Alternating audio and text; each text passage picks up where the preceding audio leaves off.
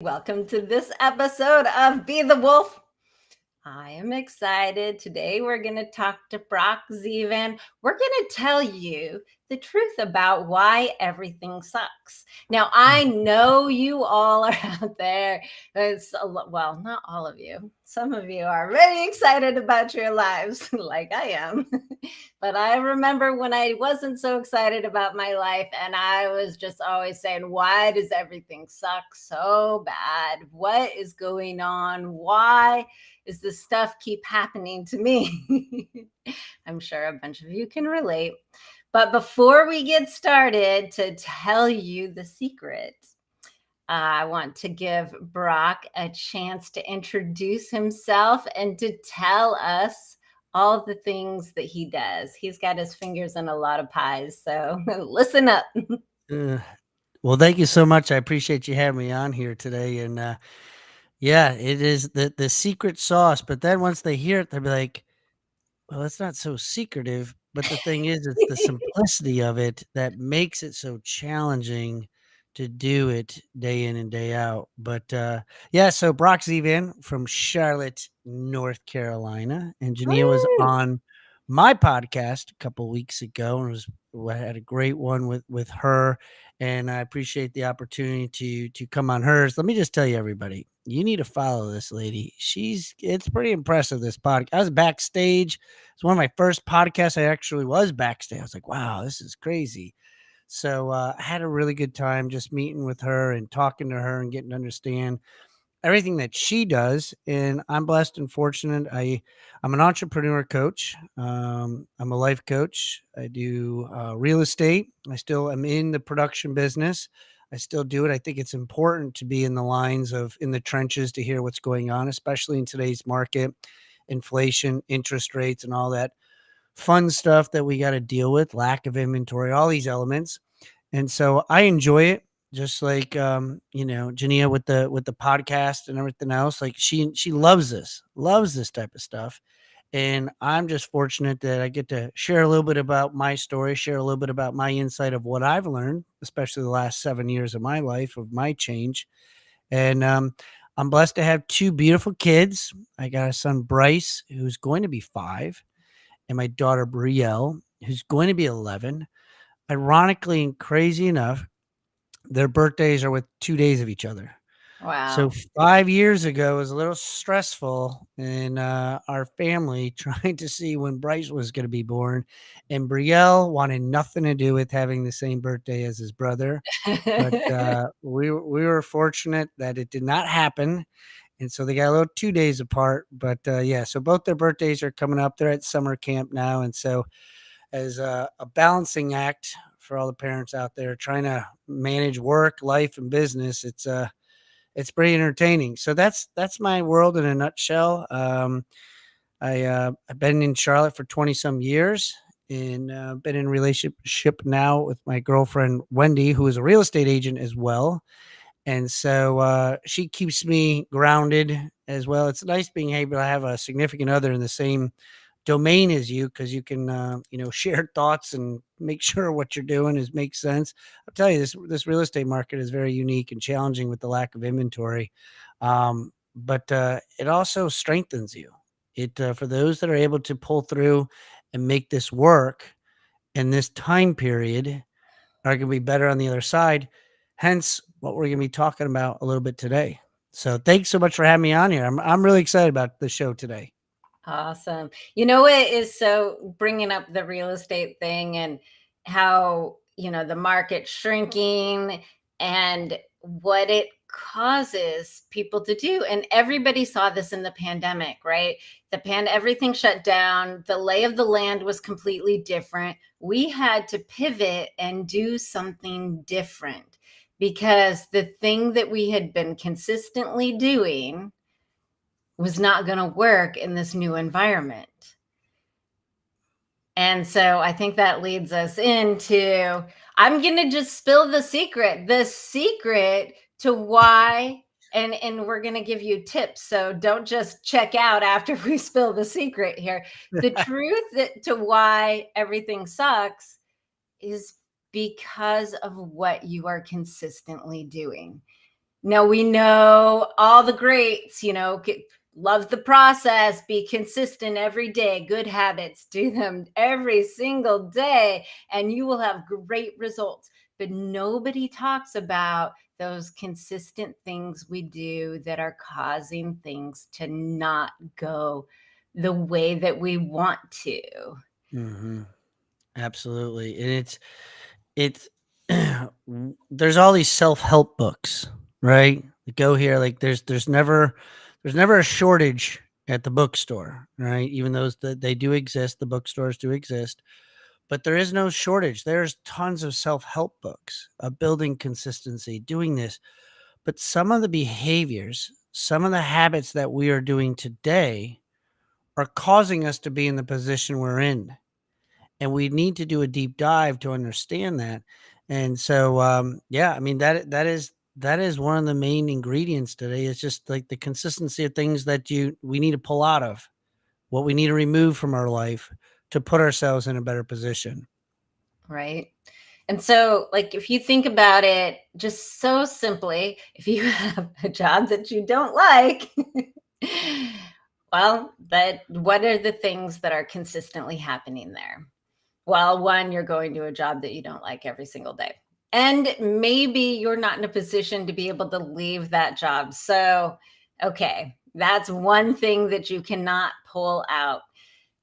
But are you consistently not standing up for yourself? Are you consistently shutting down when people ask your opinion? Are you consistently putting on a mask and being fake?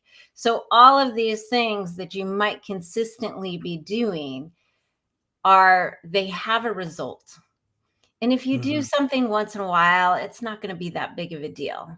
But if you're doing it consistently, it creates a result. Absolutely. Now, I'll say one thing too. I'm just looking at my Facebook channel here, and for your Facebook that's out there too. So, if you guys got a question or if you got an engagement, I know we love to be able to maybe hear something or a question that you have, so that way you can share with us of maybe a challenge you're facing. But you know, if you are consistently doing it day in and day out, see, then it becomes just a pattern you don't even recognize. Like if I would ask you, Genea, how was it brushing your teeth today? I don't know. I don't It's know, Brock. I funny brushed that the it's so funny that you chose that particular thing. So I've decided that, well, I'm kind of in the worst shape of my life. I was doing an experiment with seeing how much my body would physically change by shifting my mind. And so I wasn't doing a lot of physical activity. And so those consistent things that I used to do, like yoga 3 days a week, and it all sloughed off after knee surgery. I'm sure y'all can relate to, something like some injuries, big disruption and then it right? sloughs off your consistency. But one of the things I've started doing to get my body back into shape is I brush my teeth every morning, right? You all Right. probably, I think most of you do the same thing. Maybe once in a while you skip a day, but it's a consistent thing. And so now I do squats every day when I'm brushing my Wow. teeth. There you go. My legs are getting stronger. I like huffed up a whole bunch of stairs and didn't get winded once. Was a result of that, and that result is a direct reaction from the consistency of my doing squats while brushing teeth. Funny how that works. So the more squats you did, the stronger your legs got. Yeah, right. Funny that correlation. Like I say many times when, if you repeat this over and over again, like it typically, they say a habit is built in 21 days, but realistically, scientifically, they found out that it actually is built in 90, isn't it? 61 days or something, 61 or 62 days. So, it's what you put in, it's what you do. At the same token, it's what you take out, because we have a choice every single day. We get to make good choices and we can make bad choices. Okay. And I made a lot of bad choices in my life. I made them over and over and over again, to a point that it was either I got to figure this thing out. And that's part of my podcast of figure it out. Or I'm going to continue on this path and be in a victim mindset mode, be in a complaining mindset mode, blame the entire world, blame everybody around me. Instead of one of the books that I like is Extreme Ownership, of taking ownership of my life and being like, hey, you are the only one making these choices and you are doing them every single day. From when you wake up in the morning of your alarm clock. People complain to me all the time, I don't have enough time. Well, what time are you waking up in the morning? What time are you going to bed at night? What are you doing? How much TV you watching? What are you partying in the evenings? Are you going out to dinner? Are you keep hitting the snooze button? What does that look like in your life? And are you consistently doing it? Many times people tell me, one of my questions were when I ask this question, this is what they say. I said, what time do you wake up in the morning? And they're like, well, I mean, it just depends. Like now it's summertime, so we kind of sleep in a little bit more because I don't have to get the kids up early as much. Like there's never a straight answer. Okay. There's never like, well, there is straight answers, but like majority of the time, there's not a straight answer. They always have like, well, they always have something. And I say, well, what time do you go to bed? Well, I mean, it just depends if there's a movie on or a show on or if I'm doing this and maybe I'm out. Like there's no structure. Okay. And so when I answer the question myself, I'm like, well, I get up at 4:40 every single day, Monday through Friday. Every single day, like no matter what. Like, yes, that's how I've consistently built a habit to be able to do it. My alarm will go off at 4:40. And then what time do you go to bed? And I share with them, I said, well, that depends. See, my consistency is in the morning. At the end of the day, I don't go to bed when I'm tired. I go to bed when I'm finished.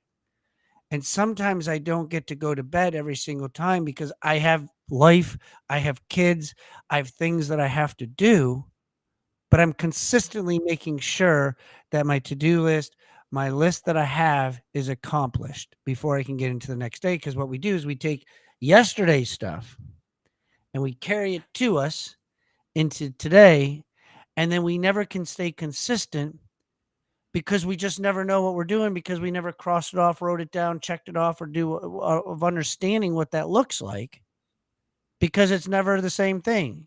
And we're always like in a jumbled mode of being like, well, it just depends. Well, if you try to work on that and build routines and structure, then the depends becomes more of a routine. And I And don't know where I was going with that, but that's what I'm going to say.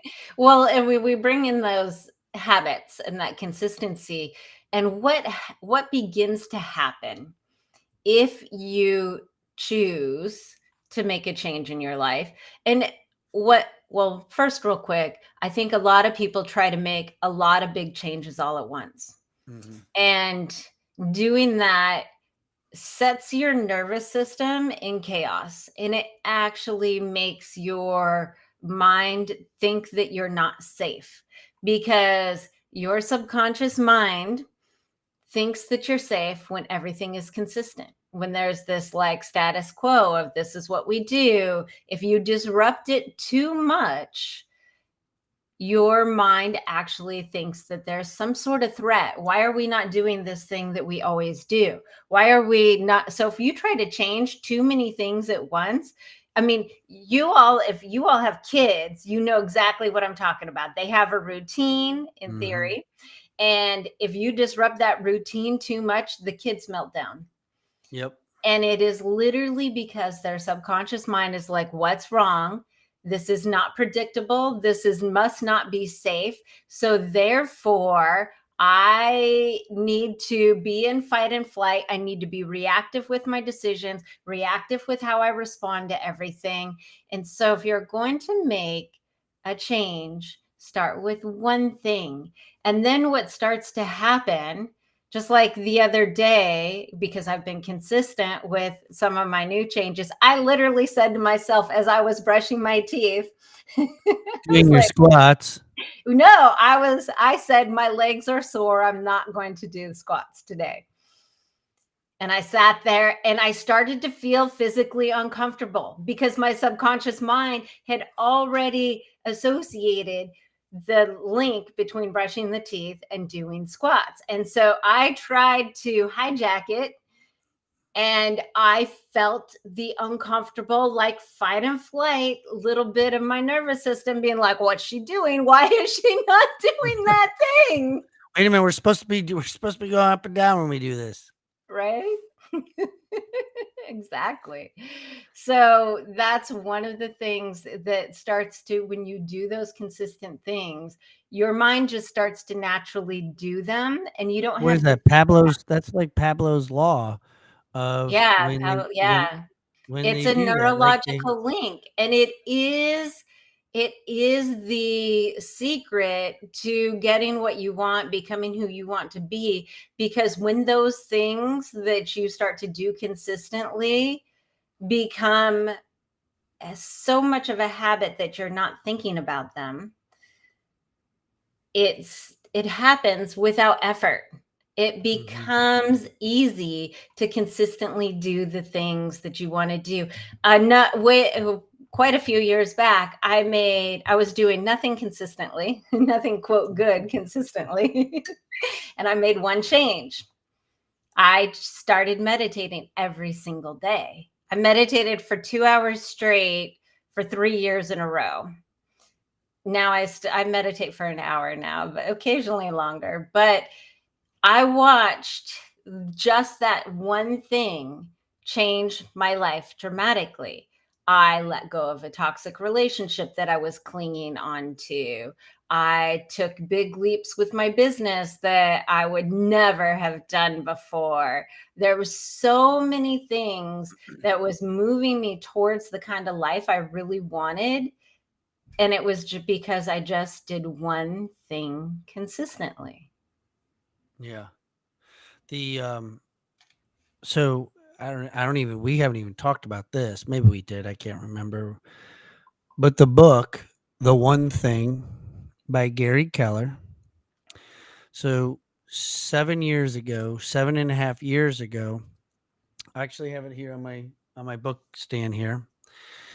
I read the book.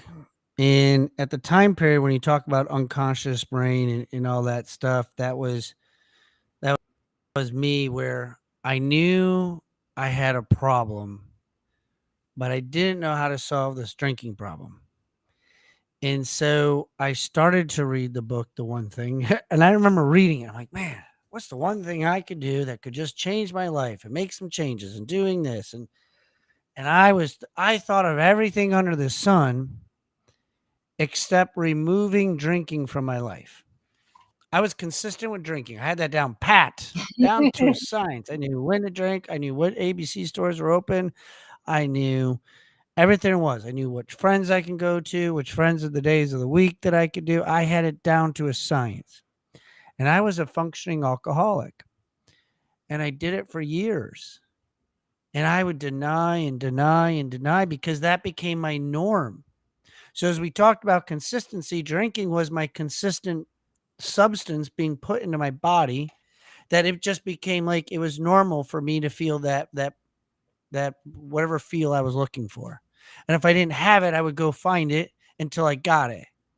And then I became very self-centered and selfish, and that started to deteriorate my marriage, Well, deteriorate my finances. I do want to dive deep into this story because, a lot of people, of course, everybody knows, like, oh, if you drink too much, it's bad. But there is this place where it's either a consistent thing or a not consistent thing. And the things that you do consistently affect every other piece. Before we dive in there, I really would love for people to get to know where they can find you, Where they can find me. how they can work with you. So now I'm going to give everybody a spoiler. We know that Brock here has overcome his drinking thing and become very consistent with so many things. But tell us what now are a couple of the things that you're super consistent about that has brought additional growth and love and success in your life before we dive into the deep story, the dark story? Okay.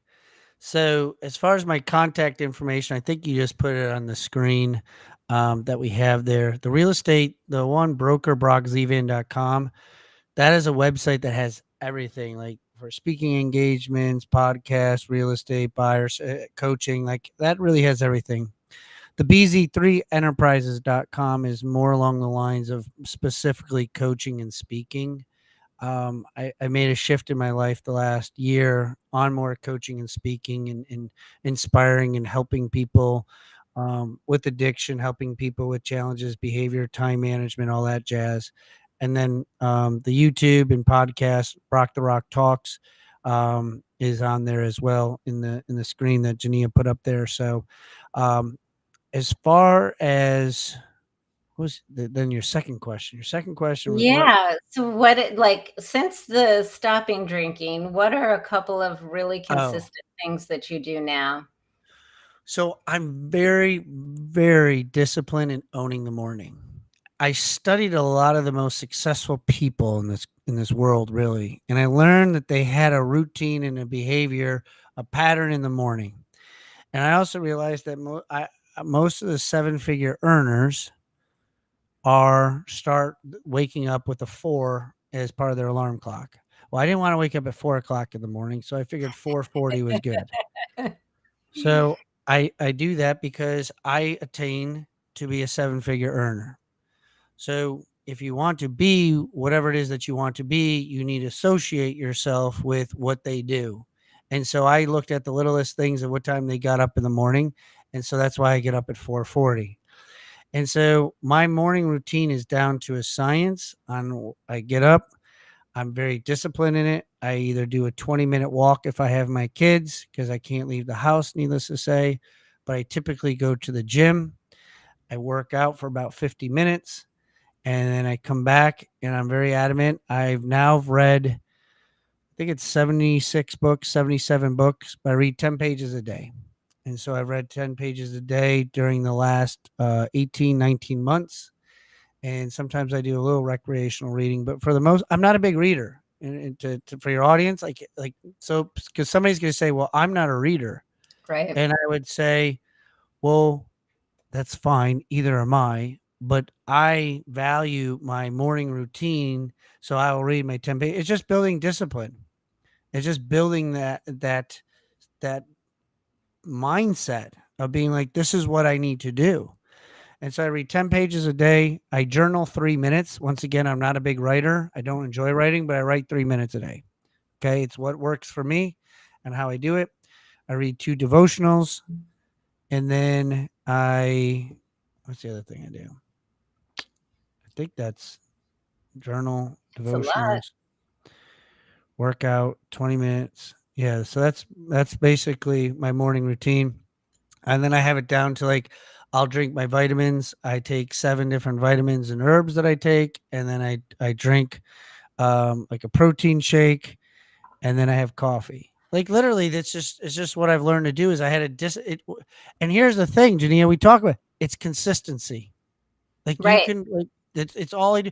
It's like my kids. They know exactly. As soon as they get home breakfast, they go upstairs, they brush their teeth, they get dressed, they get their clothes for school, and they come downstairs.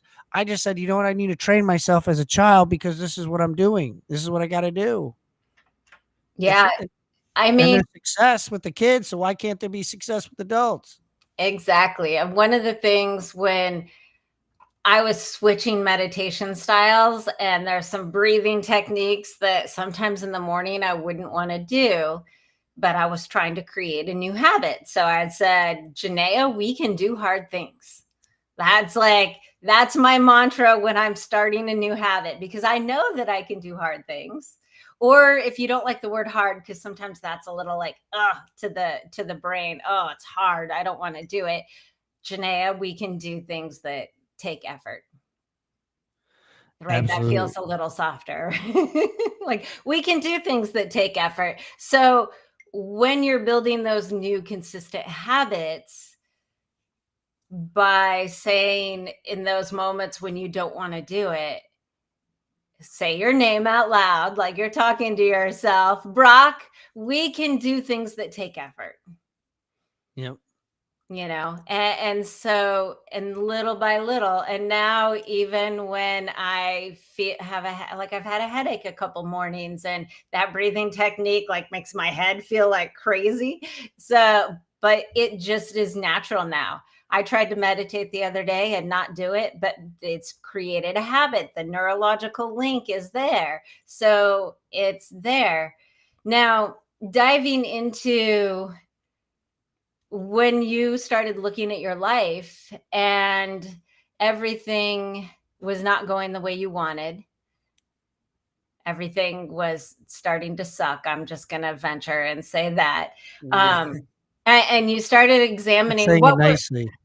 what were some of the other things that you were trying to look at, maybe to eliminate or try to do instead of the drinking? Because I know for even myself, when I was drinking a lot, it was like I can't, like, I even turned down jobs because I would, like, it's too far away. I'd have to drink and drive after work or something like that, and I was like, I don't want to do that. So I was being mindful of like safety, but I was not saying like, oh, maybe that's an issue because I'm turning down a good job for the fact that I want to still keep drinking after work.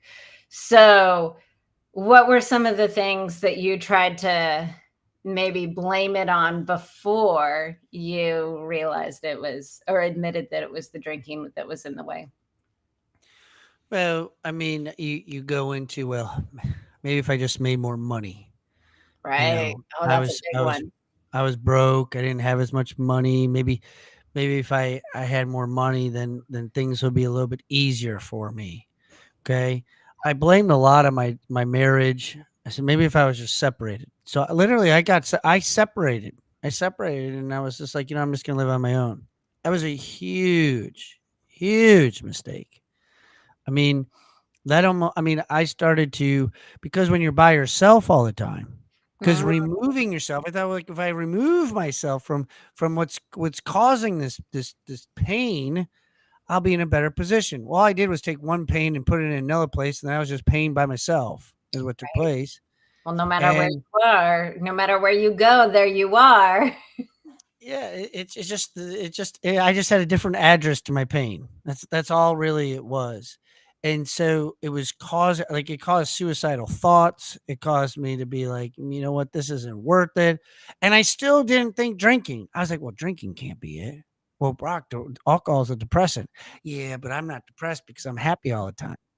And really what it was masking things the entire time. So like these ingredients, those things are just kind of, it's like the Tetris. Remember back in the day, the Tetris, and if you Yeah. didn't get the shapes, like I just felt like nothing was working. And that's how the suicide started coming inside my head. Cause I was like, I can't do this. I can't fix this. This isn't working. And it was just, it was torture. It really was. I really was in a bad place 2015 to 2017. I was going through a lawsuit. I was yeah, it was tough. I was at attorney's office. I had no money. I had to pull out all my retirement from being a school teacher for 12 years, and just every corner I turned, it really was. And I remember it was in September. It'll be 7 years coming up. Because I could, like you said, well, I can't stop because I was being counseling, but I Mhm. couldn't stop drinking because I was like, well, it's my birthday. July 3rd is my birthday. So I was like, well, it's my birthday. I mean, and then we're going on vacation. And then we have this event coming up. Like I had more excuses than you possibly can imagine. And I say it to people now, is like the only time excuses sound really good are the person who creates them. That's the only person who thinks it sounds really good. Everybody else is like, what an excuse that is. Like, that's a joke. But that was me. I had more excuses than you can imagine. And I just went down I struggle big time with that. Yeah. I'm the it's the job's fault. It's the boyfriend or girlfriend's fault. Yeah. It's the, and what we don't realize is we are creating our results by our consistency.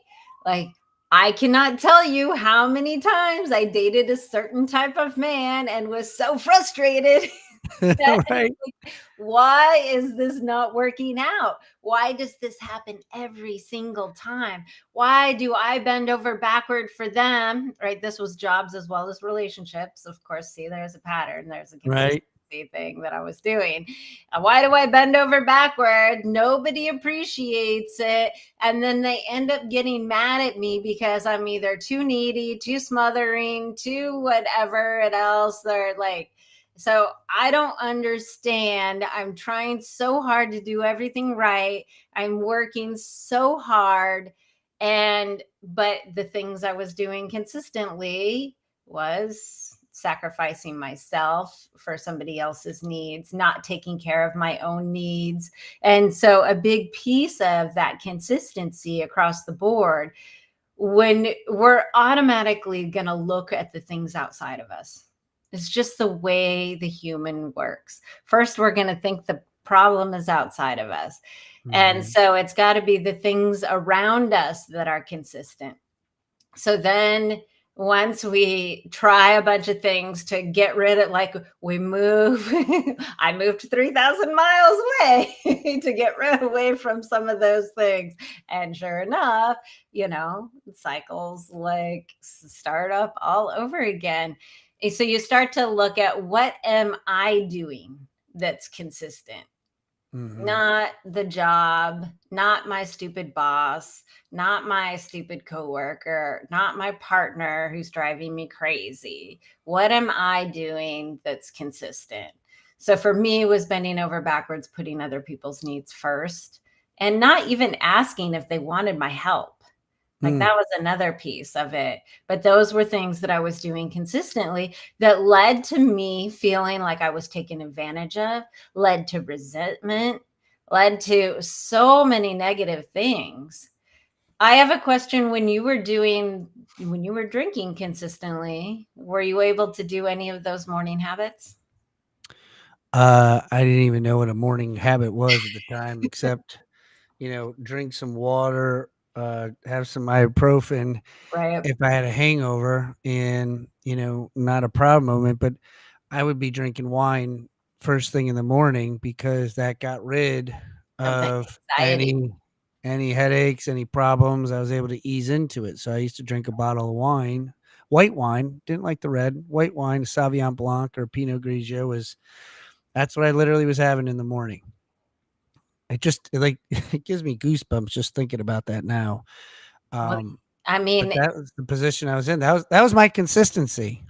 yeah. And, I think those of you that or drink a lot or drink a little know that feeling in the morning. I don't think it happens when you're super young, but after about 26 maybe on up, you wake up with that hangover and you start to sort of come down a little bit and you have this anxiety.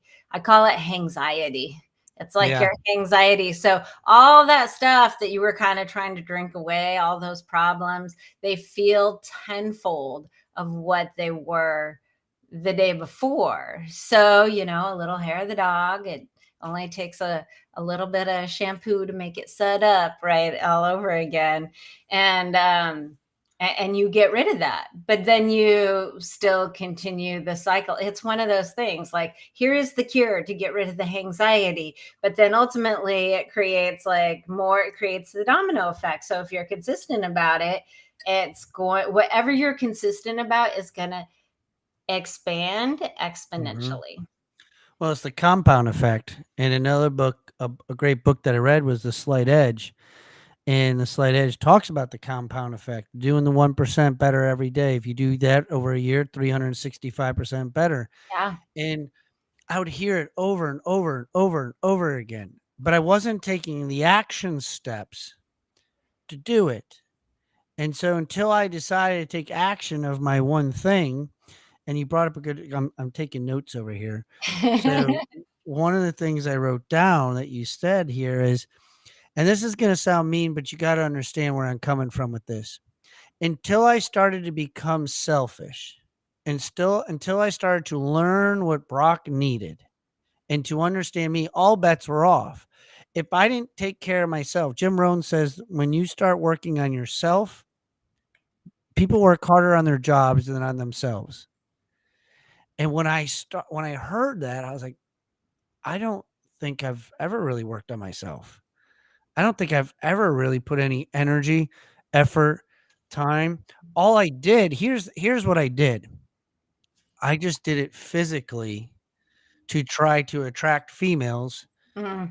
to it. I was doing it for all the wrong reasons. It wasn't to be like healthy and physically fit and I was doing zero for mindset. Zero. Because I couldn't, because I was never thinking with clarity, because all my actions, see, action creates clarity. And my action steps I was taking was drinking and substance related, late nights, early mornings, trying to figure things out, doing things that I just complete chaos. And that action was just creating fog and smoke and everything else until I started to work about myself and learn about myself and understand who I am. I took the 5 love language quiz. I wish I did it many years ago. Actually, I did it with my ex-wife, but I didn't understand it. I was too immature. I was too masked by whatever else that I had going on in my life. And so that would be something I like, learn about yourself. Take the Tony Robbins DISC assessment. Take the Patrick Lenciani's 6 Geniuses assessment. Take the 5 love language quiz. Learn about yourself to understand who you are so that way you can start to understand people around you. And the beautiful thing that I know so many of you out there, you're beating yourselves up and you're like, I'm not doing these things consistently. I'm just doing all this crap consistently. But who you are right now is perfect. And the more you understand about who you are, the easier it will be for you to take the care of you. One of the things I always say when you talk about that idea of selfish is like, what do I need to do to take care of the organism of me? If you have a dog, you're not going to feed the dog chocolate. You're not going to make the dog run 45 miles an hour until it collapses and almost, you know, doesn't live. Just my language, Good nice word there. choice. You're not going to do that. So you think about, you take care of a dog, an animal, or your children, you would not do to them the things you do to the organism of yourself. And a lot of people are out there just trying to pile on doing these things to fix themselves and to fix how they think that they're broken. And you're not broken, you're working perfectly. But if you're trying to do all of this stuff to try and fix yourself so that you can have a better partner, so that you can have all these things outside of you that you want, if you think, because you think that's what you need, and you ultimately think that that partner or that job is going to be the thing that says you have arrived. And I know so many people get in great relationships and have great jobs, and then they get there and they're like, is this all there is? They feel the same. And one Mhm. of the things that people do, that's a big fad right now to try and make everything better, is everybody's on the self-care bandwagon. But what you guys do not understand is that if you're running and trying to do self-care as maintenance, you're running yourself ragged, and you're trying to squeeze in the self-care because it's what you think you should do. It's actually going to make your career stress worse. It's Mhm. going to make your stress levels higher. I have a free gift for you all that you can access. It's called 3 Reasons Self-Care Makes Career Stress Worse. And the one thing that actually works, and it's not consistency, it's something different. So you guys will have to check it out.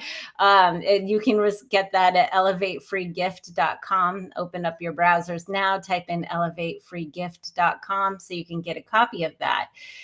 Now, how long did it take after you stopped drinking for The consistency of stopping drinking for you to start to notice results in your life. Well, when you have such a drastic change, I think the bigger the change, the higher the impact happens. For me, that is. So when I stopped drinking within the first 30 days, there started to be a little bit of, I had, some tolerance withdrawal issues. I had some physical issues that I was going through, but your support group, I was in AA at the time period. So I was building consistency of going to a meeting, building consistency of what was working. I didn't try to reinvent the wheel. A lot of our challenges, guys, people have had them before. Like, there's Right. nobody that's got a special problem. Like, well, no, mine's different. No, that's just your ego and you thinking you are different, and you're not. Why is me? God, I can't believe you're doing this to me. Like, he's not purposely doing anything. Nobody's purposely hurting you. Nobody's purposely. It's just you're in a victimhood. We were talking about today in the Mindset Morning Show of being in victimhood.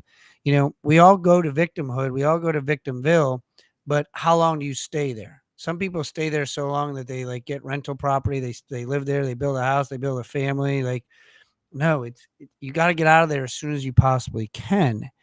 And so it didn't take me very long to recognize that, like, it started to put me in a better position.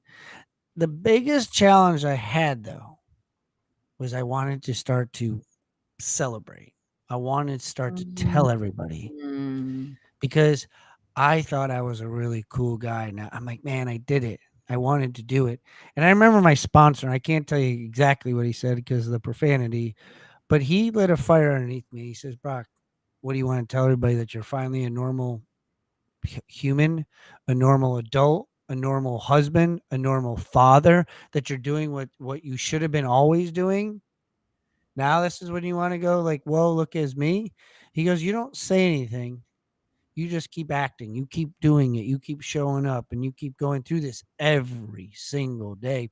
And what happened is you get yourself in a position that sometimes, I think you said it, but you got to think small sometimes. Don't think like, I'm not going to drink the rest of my life. Oh Like, gosh, that's too big. That's that's way too hard. way that puts you out of perspective. It's like, I can't think that. So I had to break it down. I would tell people, I broke it down in 6-hour increments. If I just don't drink for 6 hours, I can make it. And then I would get to 6 hours, be like, okay, 6 more hours. And I started to build that up and build that up and think about that and started to put that and started to build some repetition, started to build some consistency around that. And so 30 days led to 60 days and then led to 90 days. And then my biggest challenge is after you get to a year, you're like, now what? And I was just looking at my book here, The Law of Sacrifice by John Maxwell. There's the 21 irrefutable laws, and in there it's called destination disease. And the destination disease is when you get to your destination and you're like, well, now what? I did it. Let me revert back to my Right. norm. And so I got to that year and I was like, oh man, I got to do this for another year again. And so, like, it was tough. I had to go, back to the grind again, back to working on myself, back to double checking my morning routine, making sure I was doing everything, staying a little bit more cognitive around my environment. Uh, all these little things started. I had to do it again, and so it builds up over time. Like, I couldn't go out for 2 years. I didn't go to any holiday parties. I didn't go to events. I was cautious around family. um, you have to be, cognitive of your environment. You got to be aware of who's. I lost friends, but those friends weren't people that I probably should have been friends with to Right. begin with, right? And I'm sure just like you, it changed your environment. Change what, but you got to change yourself first before your environment starts to change. Right. And now I built it up enough strength after 7 years that I can go into those environments and be fine. Like, it doesn't, because I see the bigger picture. I see what's Right. more important.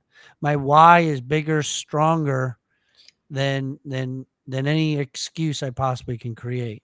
Well, and you, through that consistency, you created a different life for yourself. You created all those things that you were hoping to get by the euphoria of drinking. But of course, the results never come from that particular thing. So you created the life that you actually wanted. So you know the consequences of Mm. sliding back to old patterns, old habits. You know that that will lead you back to the old life. And when you have that market difference of like, wow, I was, in a place where I was thinking about taking my life, I was so not happy, to this place where I am so freaking excited to wake up every single day. I mean, that's a big gap. And when we're talking about addiction too, it's like that place when you're at that place where you're so bummed out about what's going on in your life, man, those short-term highs from the drugs and alcohols, they make you feel real good. Mm-hmm. But then you come back down to the bottom.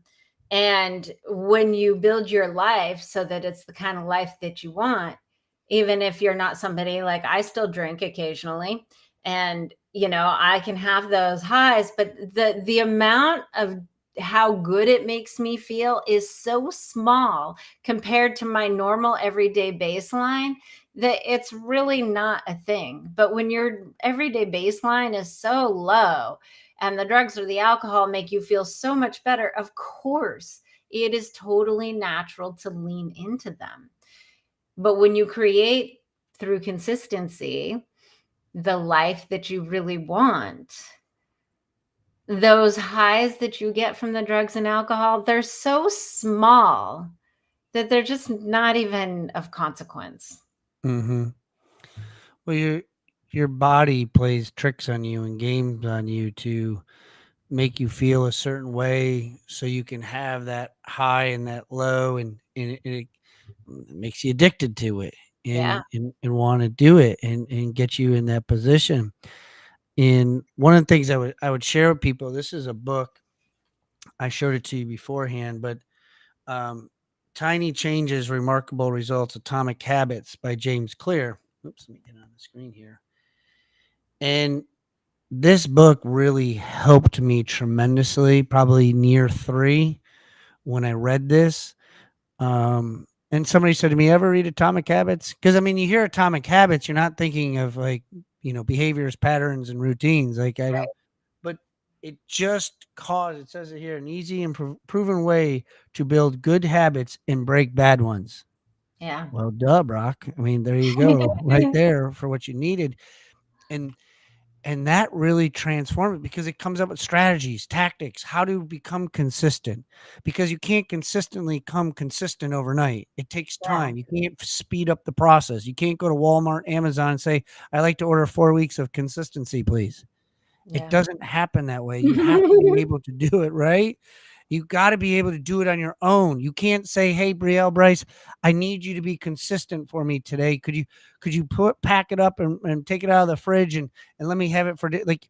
The only way to do it is you have to go through it, and you have to grow through it every freaking day of your life. You have to do it. And when you get there, like you said, there comes a point, and I changed my addictive behaviors to drinking, to this utopia of this consistency where people, it's they're the law of attraction. They're more like, you get up at 4:40, you read this, you do this, you do like. I'm between 4:30 and 5 is my So, sweet spot. so there you go. Like you get it. But we had to go through this process. I'm a strong believer that people say, "Boy, do you wish that this you learned this sooner?" No, this was the journey God had me on. This was what He wanted me to do, because I wouldn't be on these podcasts. I wouldn't be speaking on stages. I wouldn't be doing what I'm doing. I'm finishing writing this book, My Mess to Success. I couldn't have that if I don't have a mess. Like, Right.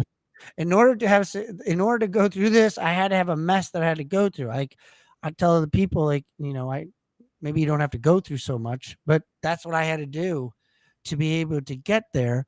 But that's why I stay so consistent, is because I don't ever want to go back there. It was miserable. Yeah. So, we talked a little bit about how people can find you. Who are the kind of people that you like to coach? So I typically and this is not to the people are be like, wait a minute, I'm not an addict. Like I typically find people who are addicted to something. It's either work, it's Right, either that's they're a big one. divorced, or they're either they're in a position where like they're an addict and they're trying to figure themselves out, financial situation. Like really, people when people hear my story, like how I got out of debt, how I became an overcome this addiction. I've been in a 4.5 year divorce. Like it's been a challenge. So I typically, which I love, is people who are going through a challenge, which which happens to be a lot of people That's because life very is not true. very simple, and that's what I share that with people, and I'm really blessed and fortunate that it's just my action of what I do day in and day out of constantly doing it. No excuses, nothing ever gets in the way. And so that's typically, and a lot of it is real estate agents just because I've been in the real estate agency Right. for 15 plus years. You have that Lenders, inside knowledge, right, and understanding. yeah. Yeah. So that is how it's and I love it though. I get so excited, like the best, like because I was a football coach, and nothing is better when somebody calls me like, Brock, I did it and it worked. I said this or I did this, and it's like, wait, it worked, and I was just like, that's what it's all about. That's what gets me fired up, and that's what gets me excited. Awesome. Awesome. And they can, if somebody wants to work with you to as a coach, they go to Brock Zeevan.com. Yep, they can Broker. either do like a BrokerBrockZevan.com. tongue twister. It's a tongue Right? twister. Yeah, you can So either go to brokerbrockzevan.com or the bz3enterprises.com. Any of those get you to it. And there's Calendly. A lot of times, it's just a 15-minute talk because some people might not even be there. And this is not to be mean. Until you want it, it yeah, doesn't matter what I say. I could say it 100%. till I'm blue in the face, but until you want it, until you get it and understand it, and you're like, I'm ready. Like you could see it, just like you. There was a defining moment you had when you said to yourself, see, I can see it already in your eyes and your grin, your dimples are smiling, you get your cheeks going. Like, when it was that you had a defining moment is like, enough is enough. Like, I got to make a change. So many of them. That's so many of them. One last thing. What would be the piece of advice you would give your past self who was in denial? If you could say one thing that you think that man might actually hear, what would it be? My, it's, I've been asked this question several times, and I think every time I say it, I say something different because either wisdom's changed, experience have changed, I read something that's changed in my life in some capacity. And, my biggest thing is like, are you proud of being the person you are? Yes. Are you happy at where you are? And really it's elevated to like, if your kids saw you now, Brock, would they be proud of you? And that sometimes gets me teared up because like I don't want my kids to know, like at some point, oh, see, it gets me. Like at some point my kids are going to know about me being an alcoholic. And at some point I'm going to have that conversation with them that's going to be like, they're going to say it in a joking around way. Maybe not because this is just my limiting mindset, but they're going to be like, "Wait, Dad, you can't control your drinking. What's wrong with you? You don't know how. Like, you seriously can't drink, Dad. Like, why can't you drink?" And all these thoughts are going to go inside my head. But I know that if that old Brock was here, we wouldn't have this relationship, Bryce. We wouldn't have this relationship, bro. I don't even know if I had DSS called against me, Yeah. and I Wow. almost lost my kids. And so, like, when you get to a position that you can't control and the government's involved, I can only pray that you never have to go through that because Yeah. it was miserable and other people were controlling. I was divorced. And so my ex wife was involved. And like at any given point, so if I was to say and ask myself, I would say, like, are you proud of being the person you are? And would your kids be proud of you seeing you like this? That I don't is. know, maybe that would have changed me back then, but, I think about it often, that's what keeps me in the position that I want to remain in and become the best version of me. And I want my kids to see the best version of me. It's a beautiful question, and I know I tell people a lot of times, I don't know if I should do this or do that. And I say, what is the thing that you're going to be proud of yourself for doing a month from now? Hmm. Because right now we're all up in the feelings and the indecision and but a month from now or 6 months from now, there's a clear indication of usually of which decision is the better decision, which one you would be most proud of that you did. On that Hmm. note, I want to thank you and remind everybody, when we feel good about who we are and what we do, we create joy and elevate humanity. Thank you, Brock, for sharing your story and your wisdom with us. It's such an honor to have you Well, here I today. appreciate you. I appreciate you having me, and it's been a joy getting to know you over the last several weeks. And I wish you all the very best. You're an amazing person. And I love hearing your story and how you've changed and you've helped so many other people as well. So hats off to you as well in doing this podcast to help people. Awesome. Beautiful. All right, everybody. We'll see you next time on Be the Wolf. Bye. Bye.